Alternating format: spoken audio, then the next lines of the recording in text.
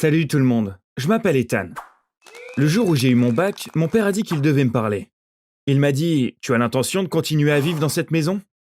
Je lui ai dit que je ne pouvais aller nulle part ailleurs. Je m'occupe de toi depuis des années. Tu dois commencer à travailler si tu veux rester dans cette maison. Soit tu commences à rapporter de l'argent, soit tu trouves un autre endroit où vivre. J'ai obtenu mon bac avec mention très bien. Je voulais aller à la fac pour pouvoir trouver un bon emploi plus tard. Ma famille a des problèmes financiers. Je le sais, évidemment. Alors je me suis dit, je vais trouver un job à temps partiel pour ne pas être un fardeau pour eux. Mais en travaillant à temps partiel, je ne pourrais couvrir que mes propres dépenses. Je ne pourrais pas gagner assez d'argent pour satisfaire mon père. J'ai donc dû abandonner l'université. Le père d'un ami possédait une entreprise de déménagement. J'ai commencé à y travailler. Ils étaient spécialisés dans le déménagement de meubles de luxe. Tous nos clients étaient des familles riches. Comme c'était des meubles de valeur, on les emballait et les transportait avec beaucoup de soin. C'était un travail très stressant. Je devais être très prudent tout le temps. Si je causais le moindre dommage, je devrais travailler pendant des mois, sans être payé. Comme ma mère, je donnais tout l'argent que je gagnais à mon père. Mais notre situation financière n'avait pas changé. On n'arrivait jamais à payer le loyer à temps. C'était la faute de mon père. Il dépensait beaucoup d'argent pour lui. Dès que j'ai commencé à travailler, il s'est acheté une meilleure voiture. Ma mère se plaignait depuis des années qu'il gaspillait de l'argent. Mais mon père se mettait en colère. On ne pouvait rien dire parce qu'on avait peur de lui. Un jour, on a aidé un client fortuné à déménager, comme d'habitude. La propriétaire de la maison m'a appelé. On est descendu ensemble à la cave. Elle m'a montré quelques meubles. Emballez cela et emmenez-le au camion. Le reste, ce sont des ordures. Vous pouvez tout mettre à la poubelle, m'a-t-elle dit. D'abord, j'ai porté les objets que la dame m'a montrés au camion. Ensuite, j'ai commencé à remplir un grand sac avec les choses que je devais jeter. Je suis tombé sur un rouleau de papier. Juste au moment où j'allais le jeter, j'ai déroulé, par curiosité. C'était un dessin au fusain. C'était simple, mais très joli. Je ne pouvais pas le jeter.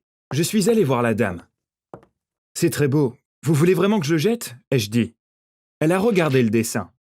Mon grand-père aimait l'art. Ça doit être le sien. Vous avez raison. Le jeter serait un manque de respect envers sa mémoire, a-t-elle dit. Elle a enroulé le dessin et l'a mis dans son sac. Mon téléphone a sonné quand j'étais dans une autre maison, quelques semaines plus tard. C'était mon patron. Une cliente veut vous voir. Elle est dans notre bureau. Tu peux venir ? A-t-il dit. J'ai eu très peur. Quelque chose avait été perdu pendant un déménagement ? Est-ce qu'on avait endommagé des meubles ? J'ai pensé aux pires choses qui auraient pu arriver, jusqu'à ce que j'arrive au bureau. Je suis entré dans le bureau du patron. La dame qui m'attendait s'est levée avec un grand sourire sur le visage. Vous vous souvenez du dessin que vous m'avez apporté, au lieu de le jeter ? Il s'est avéré être un portrait de mon grand-père, et il a été fait par Picasso. Ils se sont rencontrés dans un bar à Madrid. Picasso a beaucoup apprécié mon grand-père, et a voulu lui offrir un cadeau. Il a demandé au serveur un papier et un crayon, et il a fait ce portrait.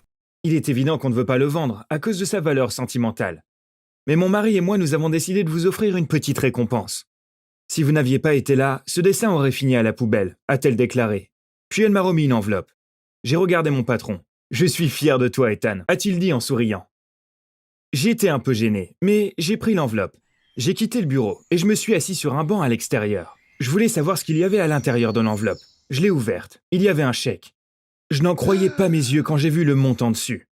C'était presque 5 fois mon salaire annuel. J'ai tout de suite pensé à mon père. Et bien sûr, ma joie s'est vite transformée en tristesse. Si je lui donnais cet argent, il dépenserait tout pour lui, et non pour notre famille.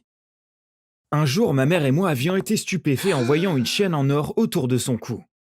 C'était absurde de sa part de dépenser de l'argent pour quelque chose comme ça, alors qu'on avait du mal à payer nos factures. Mettez-vous à ma place. Si vous aviez un père comme le mien, et que vous touchiez un peu d'argent, vous lui donneriez ? Un de mes meilleurs amis, Théo, étudie l'économie à l'université.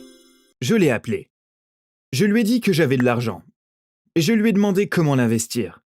Il était très intelligent. Tu m'as appelé au bon moment. J'ai des actions technologiques depuis quelque temps. Ça se passe très bien.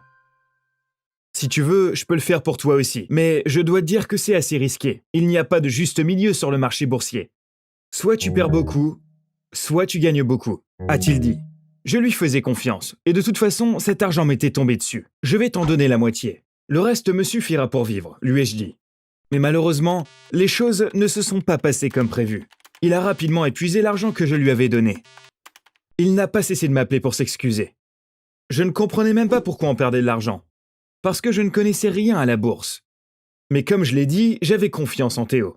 Je lui ai donné le reste de mon argent. J'ai eu cet argent parce que j'ai eu de la chance. Quelque chose me dit que j'aurai encore de la chance, ai-je dit. Il s'est avéré que j'avais raison. Cette fois, Théo m'appelait constamment pour me donner de bonnes nouvelles. On était tous les deux riches. Vous savez ce qui est vraiment bizarre? Théo me donnait de l'argent en liquide, puisque je n'avais pas de compte en banque. Mais où est-ce que j'allais garder tout cet argent? J'ai réfléchi un moment. Et j'ai finalement décidé de le cacher dans des boîtes en carton dans notre grenier. Quand je remplissais un carton, j'en prenais un autre. Mon père pèterait un câble s'il le découvrait. Notre grenier était rempli d'argent.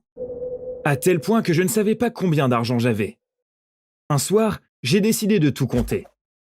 Ça m'a pris jusqu'au matin. Quand le soleil s'est levé, j'ai réalisé que j'étais millionnaire et que ce n'était qu'une fraction de ma richesse totale. J'ai quitté mon travail le lendemain.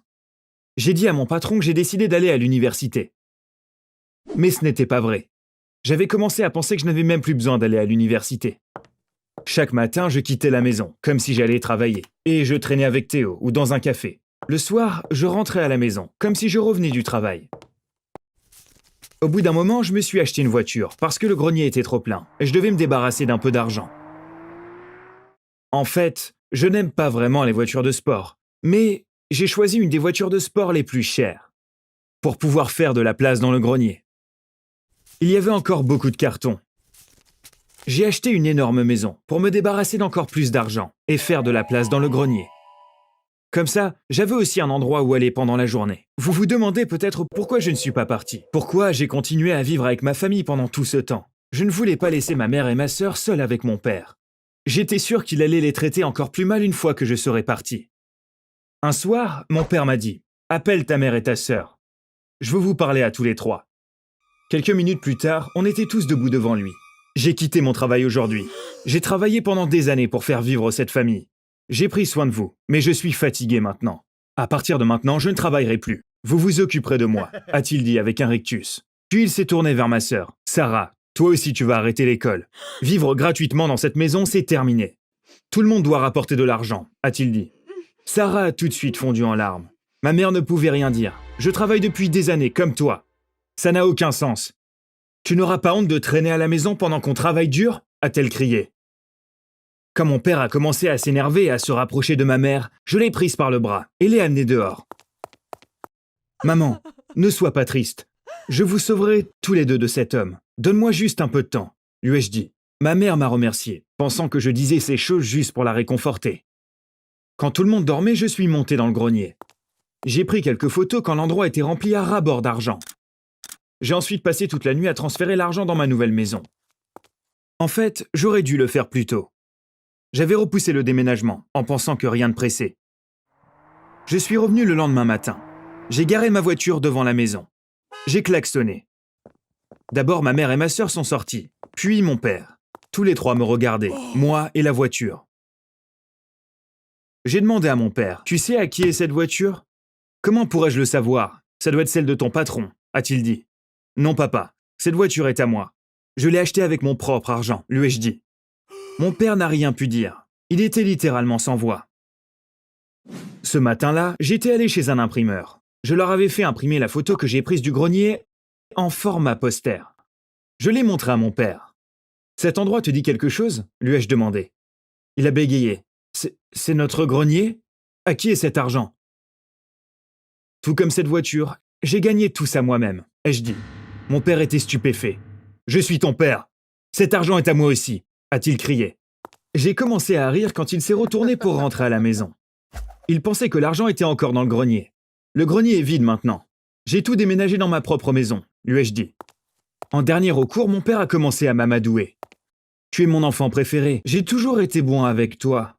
Je suis sûr que tu m'aimes aussi. » Ce genre de choses. Mais on savait tous les deux que rien de tout ça n'était vrai. Ça fait 4 mois que c'est arrivé. En ce moment, je vis avec ma mère et ma sœur. Mon père appelle l'un de nous tous les jours. Bien sûr, personne ne répond. À moi, il envoie « Mon fils chéri, je t'aime tellement. Tu me manques beaucoup. » À ma sœur, il écrit « Ma belle princesse, tu m'as mal compris. Je vais t'envoyer à l'université. » Il ne peut pas nous trouver parce qu'il ne sait pas où on vit. Je suis sûr qu'il est vraiment en colère contre nous, mais qu'il le cache bien. Parce que tout ce à quoi il pense, c'est à l'argent qu'il a vu sur cette photo. Il est tellement naïf de penser qu'il pourrait m'avoir avec ses fausses paroles d'amour. Je suis si heureux de l'avoir laissé sans un sou et d'être parti dans cette maison, après tout ce qu'il nous a fait. Je pense qu'il le mérite bien.